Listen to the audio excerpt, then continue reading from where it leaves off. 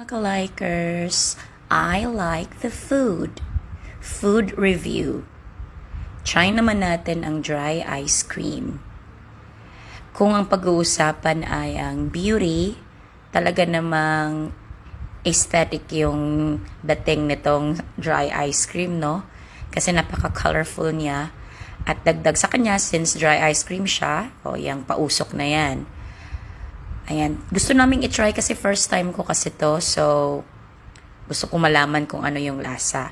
Well, yung na-review ko dito, yung isang stall lang naman. So, para sa akin, hindi siya talaga striking yung lasa niya or something na masasabi kong oozing with flavor. Hindi ganon. Typical ice cream lang siya na matamis. But, sa experience ng bata, siguro, mga bata kasi umuusok siya, kakaiba. But, dahil sa panlasa ko, medyo mas mataas yung ating standard sa panlasa. Hindi po siya ganun kasarap para sa akin. Maganda siyang tingnan, pero hindi siya ganun kasarap. Normal lang na ice cream na matamis.